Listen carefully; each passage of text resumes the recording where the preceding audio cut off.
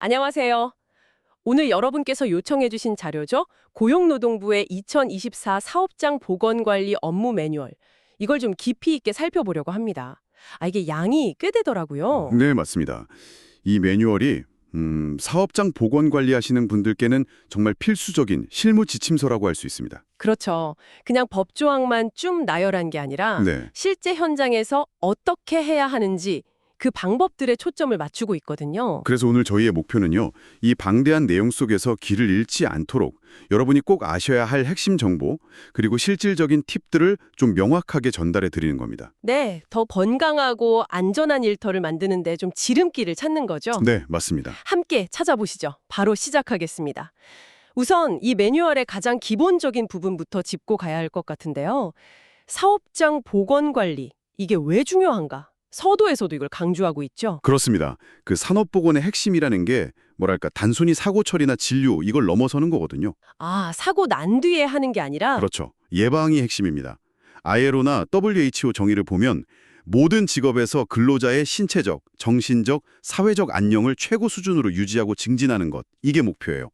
신체적, 정신적, 사회적 안녕, 범위가 상관이 넓네요. 네.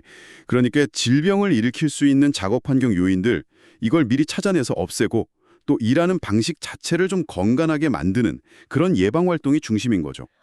과거에는 약간 사고 나면 처리하고 병 나면 치료하고 이런 식이었다면 이제는 완전히 그 전에 예방하고 관리하는 쪽으로 패러다임이 바뀐 거네요. 정확합니다. 그래서 예전에는 보건관리자 하면 보통 의사나 간호사 선생님들을 떠올렸잖아요. 네, 그랬죠. 근데 요즘은 그렇지 않습니다. 산업위생 전문가, 인간공학 전문가, 이렇게 다양한 전문가들이 팀으로 참여하는 경우가 많아요.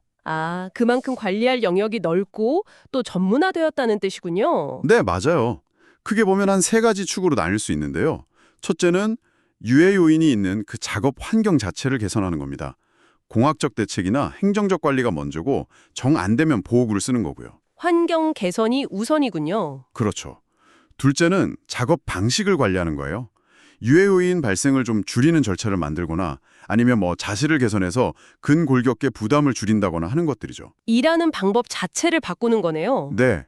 그리고 셋째가 이제 근로자 건강 관리하고 증진 활동. 우리가 아는 건강진단 결과 분석하고 상담, 교육, 생활습관 개선 지원 같은 활동들이 여기에 속합니다. 좋습니다. 기본 개념은 잡힌 것 같고요. 그럼 이제 구체적인 실무로 들어가서 매뉴얼에서 정말 중요하게 다루는 것 중 하나. 바로 위험성 평가인데요. 이게 모든 관리의 출발점, 맞죠? 네. 정확합니다. 위험성 평가라는 게 그냥 위험한 거 쭉 차단해서 목록 만드는 걸로 끝나는 게 아니거든요. 그럼 어떤 과정인가요? 사업장 안에 숨어있는 유해 위험 요인, 그러니까 해저드를 찾아나고요. 이게 실제로 부상이나 질병으로 이어질 가능성, 즉 빈도죠. 그리고 그 결과가 얼마나 심각할지, 중대성, 강도, 이걸 따져서 위험의 크기, 리스크를 판단하는 과정입니다. 가능성과 중대성을 곱해서 위험 크기를 본다. 네. 그런데 거기서 멈추는 게 아니고요. 중요한 건 그래서 어떻게 하면 이 위험을 줄일 수 있을까? 이걸 찾는 거죠. 효과적인 개선 대책을 마련하는 게 최종 목표입니다. 개선 대책까지 가야 하는군요. 평가 방법도 좀 바뀐 것 같던데요. 예전에는 주로 말씀하신 가능성 곱하기 중대성, 이른바 빈도강도법을 많이 썼는데 다른 방법들도 소개되어 있더라고요. 네, 맞아요. 좀 더 유연해졌습니다. 체크리스트를 활용하는 방법도 있고 아니면 그냥 위험 수준을 세 단계, 저, 중, 고 이렇게 판단하는 방법도 새로 도입됐어요. 좀 더 간편해진 측면도 있겠네요. 네, 사업장 규모나 특성에 맞게 좀 더 쉽고 실질적인 방법을 선택할 수 있도록 한 거죠. 근데 여기서 정말 중요한 건 어떤 방법을 쓰든 간에 반드시 근로자를 참여시켜야 한다는 점입니다. 근로자 참여요? 왜 그게 그렇게 중요할까요? 생각해 보세요. 현장의 위험은 그 일을 매일 직접 하는 사람이 사실 제일 잘 알거든요. 그렇겠네요. 관리자 눈에는 안 보이는 것들이 있을 수 있죠. 그렇죠. 그래서 매뉴얼에서도 안전보건 제한 제도라던가 아니면 사고 날 뻔했던 아차 사고 사례를 발굴한다던가 심지어 SNS 소통 채널을 운영하는 방법까지 다양하게 제시하고 있습니다. 근로자 의견을 적극적으로 들으라는 거죠. 현장의 목소리가 반영되어야 진짜 위험이 보이는 거군요. 그렇게 평가하고 개선 대책까지 세웠어요. 그 결과는 어떻게 활용해야 효과적일까요? 서류로만 남으면 안 될 텐데요. 핵심은 딱 두 가지입니다.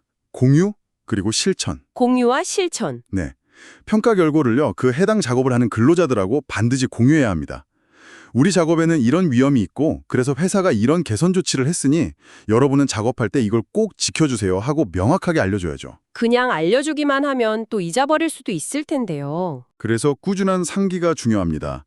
작업 시작하기 전에 잠깐 모여서 하는 안전점검 회의 있잖아요. 흔히 TBM, 툴박스 미팅이라고 부르죠. 이걸 통해서 지속적으로 오늘 작업 위험은 이거고 주의할 점은 이겁니다 하고 반복해서 알려주는 게 아주 효과적입니다.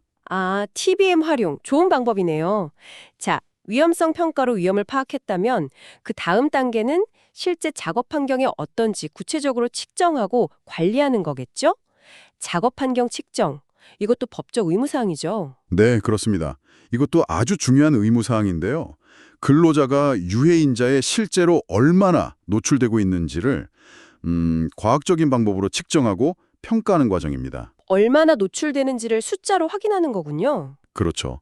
그 측정 결과를 바탕으로 환기 장치를 개선한다든지 해서 작업 환경을 더 안전하게 만들고 근로자 건강을 보호하는 거죠. 궁극적으로는 생산성 향상에도 도움이 되고요. 측정 대상 유해인자가 거의 200종에 달한다고 들었어요.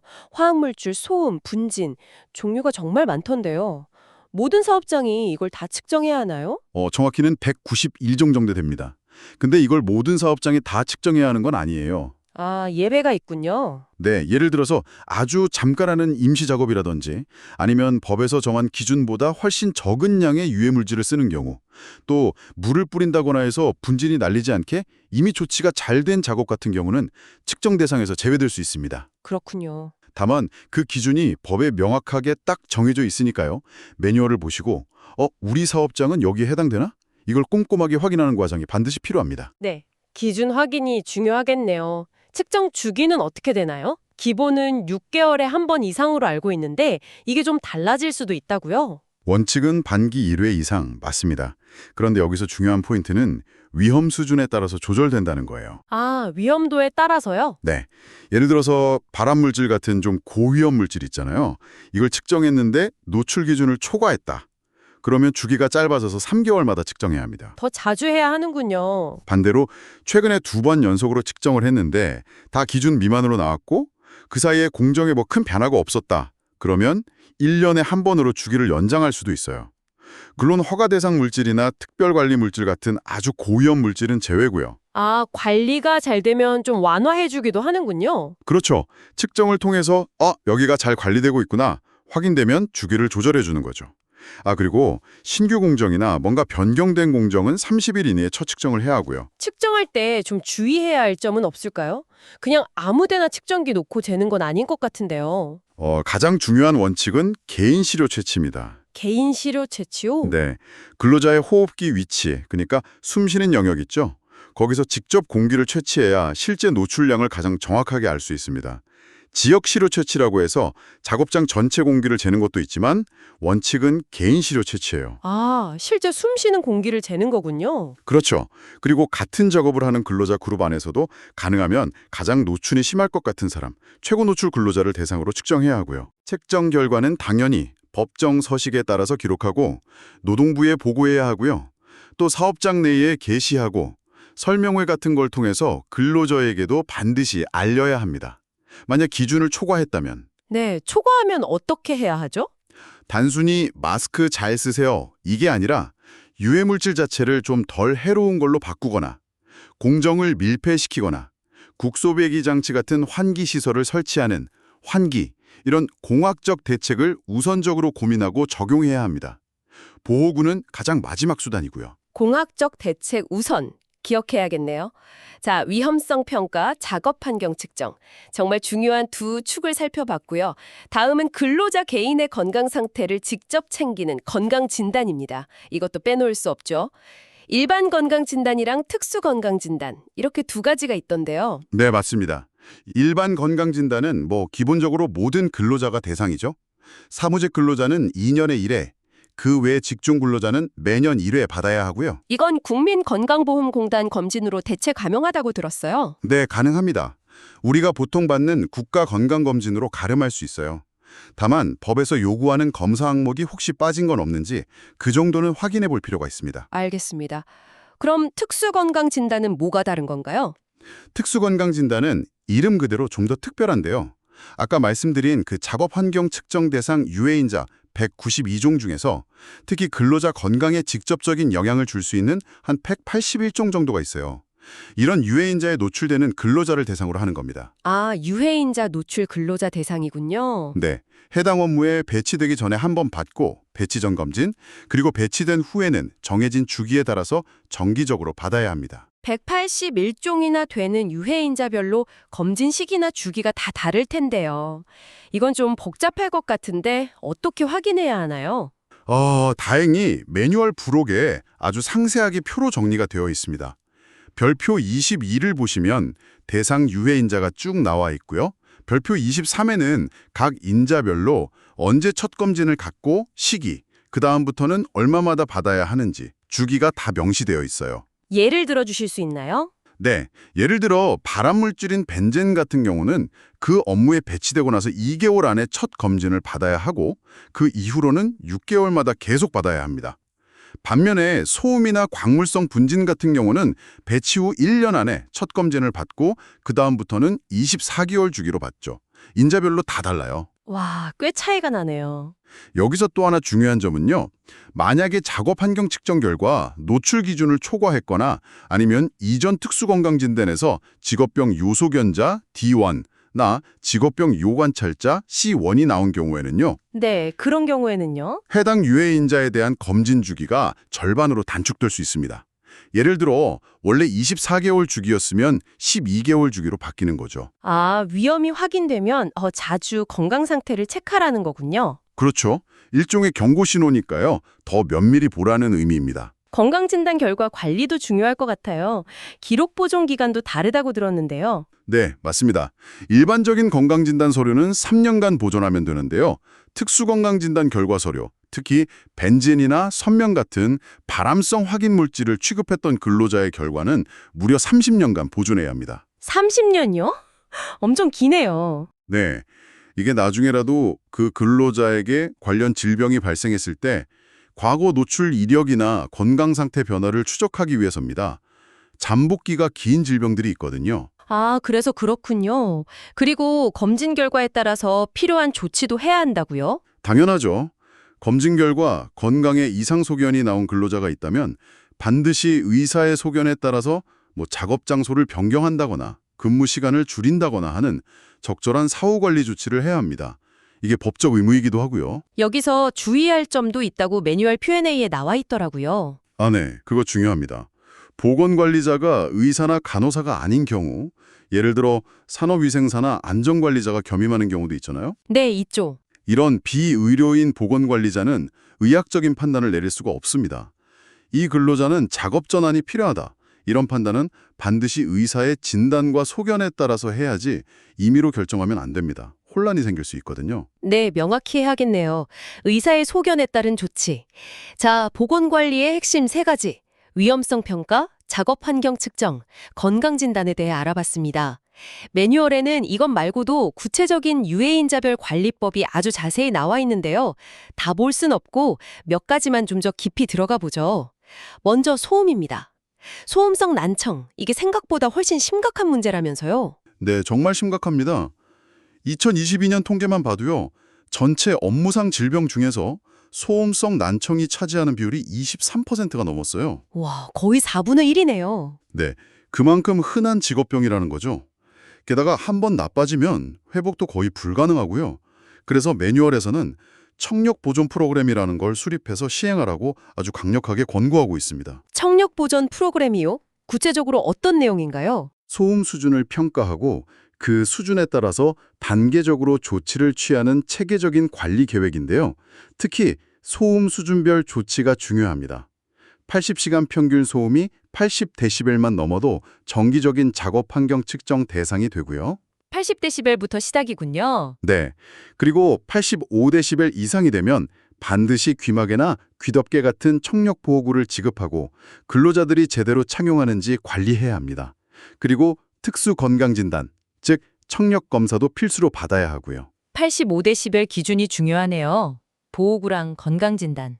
그런데 만약 90데시벨을 넘는다, 그러면 그냥 보호구만 착용하는 걸로는 부족합니다. 소음 발생 자체를 줄이기 위한 노력, 예를 들어 소음원을 격리하거나 벽에 흡음재나 차음재를 설치하는 등의 공학적 대책을 의무적으로 시행해야 합니다. 90데시벨 넘으면 공학적 대책까지 의무화되는군요. 그렇죠. 단계가 더 높아지는 겁니다. 알겠습니다. 다음은 유해화학물질 관리인데요. 여기서 빼놓을 수 없는 게 물질 안전보건 자료, MSDS죠. 이게 왜 그렇게 중요한 건가요? MSDS는요, 그 화학 제품의 사용 설명서이자 신분증이라고 생각하시면 딱 맞습니다. 신분증이요? 네, 그 물질이 어떤 유해성, 예를 들어 독성이 있는지, 불이 잘 붙는지, 위험성 같은 정보, MSDS 2번 항목, 어떤 성분으로 이루어져 있는지, 3번 항목, 만약에 누출되거나 사고가 나면 어떻게 응급조치를 해야 하는지, 4번 항목, 누출을 막으려면 어떤 보호구를 써야 하는지, 8번 항목, 그리고 관련 법규는 뭐가 있는지, 15번 항목 등등 안전하게 취급하고 관리하는 데 필요한 거의 모든 정보가 16개 항목에 걸쳐서 담겨 있습니다. 와, 정보가 정말 많네요. 물질이 얼마나 위험한지, 어떻게 다뤄야 안전한지를 제대로 알고 대비할 수 있게 되는 거죠. 그래서 중요합니다. 그럼 이 MSDS는 받아서 그냥 서류함에 넣어두면 아무 소용 없겠네요?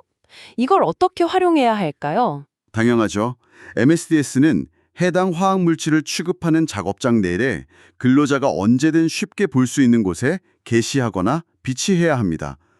요즘은 컴퓨터 시스템으로 게시하는 것도 가능하고요. 쉽게 접근할 수 있어야 하는군요. 네, 그리고 관련 내용을 근로자에게 정기적으로 교육해야 합니다.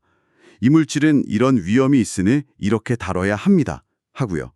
특히 제가 강조하고 싶은 건데요. 네, 어떤 거죠? 큰 통에 든 화학물질을 작은 용기에 덜어서 사용하는 경우 있잖아요. 네, 흔하죠. 그때 그 작은 용기에도 반드시 내용물의 명칭하고 그 위험성을 나타내는 그림 문자가 포함된 경고 표지를 붙여야 합니다. 이걸 깜빡하거나 귀찮아서 안 하는 경우가 정말 많은데 매우 중요해요. 다른 사람이 보고 이게 뭔지, 얼마나 위험한지 바로 알 수 있어야 하거든요. 아, 소분 용기 표시. 이거 정말 중요하겠네요. 네, 그리고 또 하나 팁은 MSDS 내용이 너무 많고 어려우니까 이걸 좀 요약해서 작업 공정별로 꼭 필요한 정보만 뽑아서 작업 공정별 관리 요령 같은 걸 따로 만들어서 게시하면 근로자들이 훨씬 이해하기 쉽고 활용하기 좋습니다. 좋은 팁이네요. MSDS 정보 활용법. 자, 다음으로 정말 위험한 작업 중 하나로 밀폐 공간 작업이 꼽히는데요. 매뉴얼을 보니까 관련 재해 발생 시 사망률이 42.3%에 달한다는 통계가 있더라고요. 정말 충격적이었습니다. 네, 맞습니다. 밀폐 공간 작업은 한번 사고가 나면 정말 치명적인 결과로 이어질 가능성이 높기 때문에 절차가 매우 엄격하고 철저해야 합니다. 밀폐 공간이라고 하면 보통 탱크나 맨홀 내부 같은 곳을 떠올리게 되는데요. 물론 그런 것도 해당되지만 그게 전부는 아닙니다. 중요한 건 사방이 막혔냐가 아니라 환기가 불충분해서 유해가스나 산소 결핍 위험이 있느냐 이거든요. 아, 환기가 중요하군요. 그렇죠. 그래서 오폐수 처리 시설이나 정화조는 물론이고 환기가 잘 안 되는 지하실, 깊은 우물, 심지어는 오랫동안 사용하지 않은 창고 같은 곳도 잠재적인 밀폐 공간이 될 수 있습니다. 생각보다 범위가 넓네요. 네. 그래서 밀폐 공간 작업을 하기 전에는 반드시 작업 공간 내부의 산소 농도와 유해가스 농도를 측정해야 합니다. 특히 황화수소나 일산화탄소, 이산화탄소 농도를 꼭 확인해야 하고요. 측정해서 뭘 확인해야 하나요? 적정 공기 상태인지 확인해야 합니다. 적정 공기라는 건 산소 농도가 18% 이상, 23.5% 미만이고 이산화탄소는 1.5% 미만, 일산화탄소는 30ppm 미만, 황화수소는 10ppm 미만인 상태를 말하는데요. 그 기준을 벗어나면요? 즉시 환기를 실시해야 합니다. 기준 안에 들어올 때까지요. 그리고 작업 중에도 계속 환기를 하고 주기적으로 농도를 다시 측정해야 합니다. 상황이 계속 변할 수 있거든요. 와, 정말 철저하네요. 측정하고 환기하고. 그뿐만이 아닙니다. 반드시 작업 전에 관리자에게 허가를 받는 작업 허가제를 운영해야 하고요. 작업장 밖에는 항상 상황을 감시하는 감시인을 배치해야 합니다. 그리고 만약의 사태에 대비해서 공기호흡기나 송기 마스크 같은 구조용 호흡 보호구, 그리고 구조용 삼각대 같은 비상구조 장비도 반드시 준비해 두어야 하고요. 절차가 정말 복잡하고 중요합니다. 네, 생명과 직결되는 문제니 당연히 그래야겠네요. 마지막으로 살펴볼 주요 유해인자는 근골격계 부담 작업입니다. 이것도 아까 소음성 난청만큼이나 흔해서 전체 업무상 질병의 절반 이상을 차지한다고요. 네, 맞습니다. 반복적인 동작, 부자연스러운 자세 유지, 무거운 물건을 드는 작업, 진동에 노출되는 작업 등이 다 원인이 될 수 있죠. 아주 흔한 문제입니다. 그렇죠. 허리 아프다, 어깨 아프다 하시는 분들 정말 많죠. 법에서는 이걸 어떻게 관리하도록 하고 있나요? 법에서는 사업주에게 이런 근골격계 부담 작업이 있다면 3년마다 정기적으로 만약 새로운 작업이나 공정이 생기면 수시로 유해 요인 조사를 하도록 의무화하고 있습니다. 유해 요인 조사요? 어떤 걸 조사하는 거죠? 작업 자세, 작업량, 작업 시간, 사용 설비 등을 평가해서 어떤 요인이 근로자에게 부담을 주는지 파악하는 겁니다.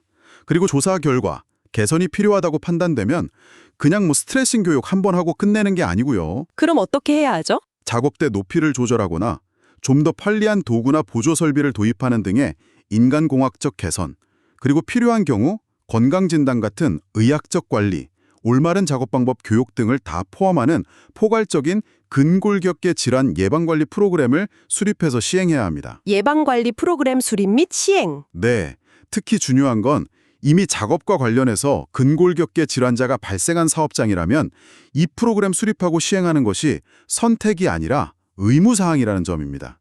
반드시 해야 해요. 아, 질병 발생 시에는 의무가 되는군요. 알겠습니다. 자, 지금까지는 주로 법적인 의무 사항들을 중심으로 살펴봤는데요. 매뉴얼 후반부에는 이런 법적 기준을 넘어서 근로자들의 건강 증진 활동까지 강조하고 있더라고요.